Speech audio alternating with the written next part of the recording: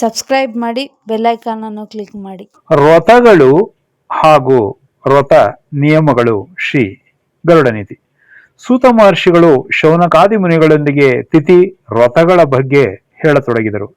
ಎಲೈ ಶೌನಕಾದಿ ಮಹಾಮುನಿಗಳೇ, ನಾನೀಗ ಕೆಲವು ವ್ರತಗಳ ಬಗ್ಗೆ ಉಪದೇಶಿಸುತ್ತೇನೆ. ಇವುಗಳನ್ನು ಶ್ರದ್ಧಾಭಕ್ತಿಗಳಿಂದ ಆಚರಿಸುವವರಿಗೆ ಶ್ರೀ ಮಹಾವಿಷ್ಣು ಎಲ್ಲವನ್ನೂ ಪ್ರಸಾದಿಸುತ್ತಾನೆ. ಎಲ್ಲ ಮಾಸಗಳಲ್ಲಿಯೂ, ಎಲ್ಲ ನಕ್ಷತ್ರಗಳಲ್ಲಿಯೂ, ಎಲ್ಲ ತಿಥಿಗಳಲ್ಲಿಯೂ ಶ್ರೀಹರಿಗೆ ಪ್ರೀತಿ ಪಾತ್ರವಾದ ವ್ರತಗಳಿವೆ. ಪಾಡ್ಯಮಿ ತಿಥಿಯಂದು ವೈಶ್ವಾನರನನ್ನು, ಕುಬೇರನನ್ನು ಪೂಜಿಸಬೇಕು. ಅವರು ಸಾಧಕನಿಗೆ ಅರ್ಥಲಾಭವನ್ನು, ಅಂದರೆ ಧನ, ಕನಕ, ವಸ್ತು, ವಾಹನಾದಿಗಳನ್ನು ಪ್ರದಾನ ಮಾಡುವರು.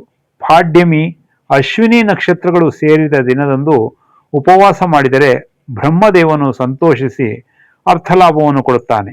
ಬಿದಿಗೆಯೆಂದು ಲಕ್ಷ್ಮೀನಾರಾಯಣನನ್ನು, ಯಮನನ್ನು ತದಿಗೆಯೆಂದು, ಗೌರಿ ಶಿವ ಗಣೇಶರನ್ನು ಚೌತಿಯೆಂದು, ಚತುರ್ವ್ಯೂಹಗಳೊಂದಿಗೆ ವಿಷ್ಣುವನ್ನು ಪಂಚಮಿಯೆಂದು, ಶ್ರೀಹರಿಯನ್ನು ಷಷ್ಠಿಯೆಂದು, ಸೂರ್ಯನನ್ನು ಕಾರ್ತಿಕೇಯನನ್ನು ಸಪ್ತಮಿಯೆಂದು, ರವಿಯನ್ನು ಅಷ್ಟಮಿಯೆಂದು, ದುರ್ಗಾದೇವಿಯನ್ನು ಪೂಜಿಸಬೇಕು.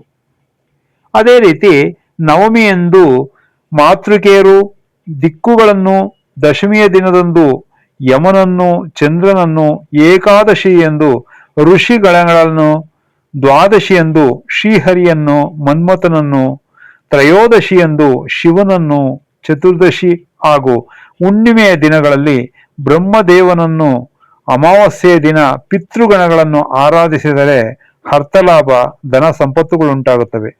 ಭಾನುವಾರ ಅಶ್ವಿನಿ ನಕ್ಷತ್ರದಿಂದ ಆರಂಭಿಸಿ ಕ್ರಮವಾಗಿ 4 ನಕ್ಷತ್ರಗಳನ್ನು, ಸೋಮವಾರ 5ರಿಂದ ಮತ್ತೆ 4, ಅದೇ ರೀತಿ ಶನಿವಾರ 3 ನಕ್ಷತ್ರಗಳೊಂದಿಗೆ ಒಟ್ಟು 27 ನಕ್ಷತ್ರಗಳನ್ನು ಪೂಜಿಸಿದವರ ಬಯಕೆಗಳೆಲ್ಲವೂ ನೆರವೇರುತ್ತದೆ.